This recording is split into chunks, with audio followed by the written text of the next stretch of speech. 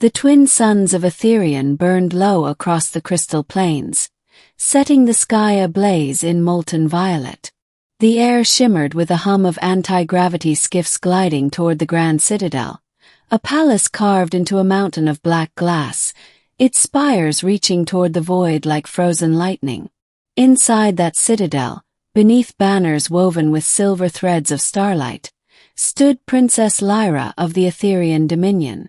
Clad in obsidian armor that gleamed with shifting energy, she was the embodiment of her people. Tall, graceful, and cruelly beautiful. Her silver eyes reflected not warmth, but superiority. Around her, nobles whispered and bowed, their jeweled robes brushing the polished floor. "Another human," Lyra said, her voice soft but cutting. "How tedious." Her attendants chuckled, echoing her disdain. Across the throne hall, escorted by 2 Etherian guards, a man in plain military fatigues stood silent. His name was Sergeant Elias Kane, a soldier of the United Earth Federation. His boots were scuffed, his uniform scorched from battle. He looked utterly out of place amid the glowing halls of alien nobility. He had been captured during the siege of Vega 9, a conflict sparked by the Etherian Dominion's expansion into human colonies. Most human prisoners never lived long enough to see the inside of an Etherian palace. But Elias had been spared. The reason remained a mystery. "Tell me, human," Lyra drawled, stepping down from the dais with feline grace. "Do all of your kind smell like engine oil and fear?" The court laughed. Elias met her gaze, unflinching. "Fear has a smell. Guess that's news to me." Lyra's smile vanished. "You dare speak to me so?" Her energy spear materialized with a shimmer, the tip crackling. "You are a prisoner. Know your place." Elias shrugged. "Last I checked, your soldiers didn't win that fight by themselves. Took your ships 3 days just to push through our orbital cannons." The nobles gasped. No one ever interrupted the princess, let alone mocked her. But the human didn't seem to care. His voice carried the rough confidence of someone who'd seen too much war to be impressed by royalty. Lyra's hand tightened on her spear. "Perhaps I should teach you humility." "Go ahead," Elias said quietly. "But you'll have to explain to your empress why you damaged her guest." The princess hesitated. Elias's words were not random. He had overheard Etherian officers whisper that the Empress herself had requested his transfer. Personally. That alone meant something was unusual about his capture. Lyra glared at him, fury flashing like static around her. "You presume much, human."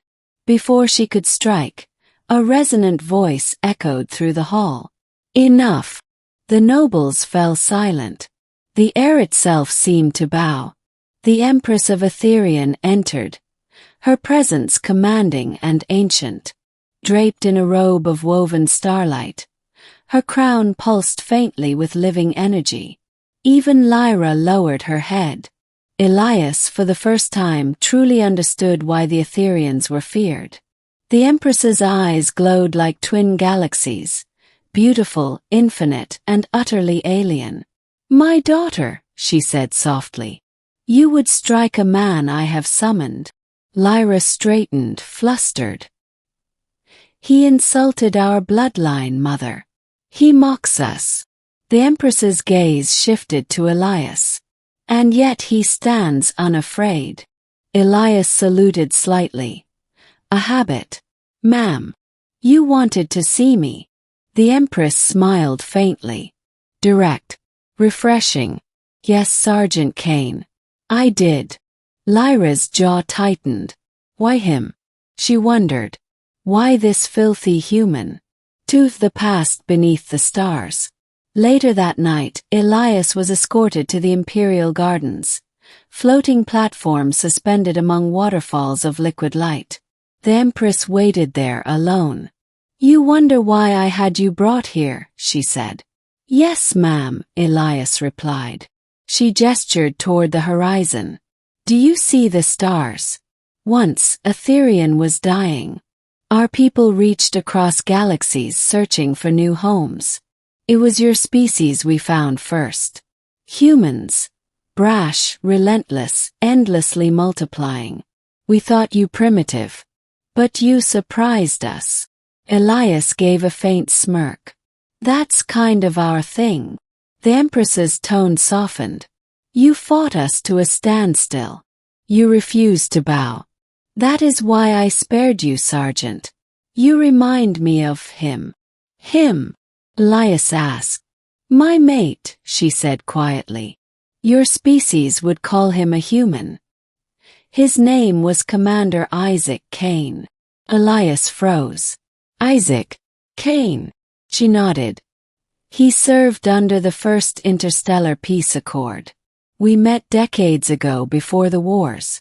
He saved my life. And you bear his blood. Elias felt the world tilt. You're saying? Yes, the Empress said. You are his descendant. His blood runs through both our empires. Lyra, who had been listening unseen from a distance, nearly stumbled from the shadows. Impossible, she thought. A human of royal lineage. 3. The challenge of pride. The next morning, rumors swept through the citadel like wildfire. The human soldier was kin to the Empress's late consort. Some nobles demanded his execution, others whispered of prophecy. Lyra confronted her mother in the throne room. You cannot be serious. He's a human. They destroyed our fleets, burned our colonies. The Empress remained calm. And yet he carries the blood of the man who united our worlds in peace before your time. That peace died long ago, Lyra spat. Only because of pride, her mother replied. And pride is a poison you have yet to taste. Lyra turned away, trembling. Then let me prove I am not poisoned. The Empress regarded her daughter. What do you propose? A trial of honor, Lyra said. If he is truly worthy, let him face me in combat. If he loses, he kneels as our prisoner. If he wins, I will. The Empress's voice cut in. Kneel before him. The court gasped. Lyra's face blanched. Mother, you spoke the challenge, said the Empress. You will honor it. Elias said nothing. He only nodded once. 4. The trial of honor. The arena of Aetherian was a colosseum carved from meteorite stone, its surface embedded with shards of glowing crystal. Thousands gathered, soldiers, nobles, even children, hungry for spectacle. Lyra stood clad in her battle armor, silver wings unfolding with mechanical precision. Her energy spear hummed like a living flame. Elias wore only reinforced combat fatigues and a borrowed plasma blade. Heavy, outdated, human-made. She looked him over and smirked. You should have begged for mercy. Elias rolled his neck. You talk too much. The duel began. Lyra moved like lightning, her spear slicing arcs of plasma through the air. Elias dodged, barely keeping pace. Each strike sent shock waves rippling through the ground. He fought defensively, waiting for patterns, conserving energy. The crowd jeered, calling him a coward. You can't win. Lyra shouted, hurling her spear like a thunderbolt. Elias rolled, catching the weapon mid-flight. The crowd gasped. In one swift motion, he slammed the spear into the ground, using its power core as leverage to propel himself forward. His blade met her armor, sparks erupted.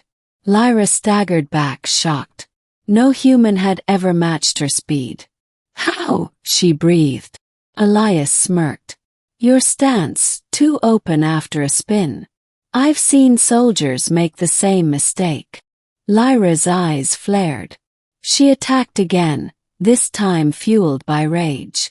The ground cracked beneath her as she unleashed a storm of energy. Elias was thrown back, his arm scorched. He gritted his teeth, pushing himself up. The crowd roared for the princess. Victory seemed certain.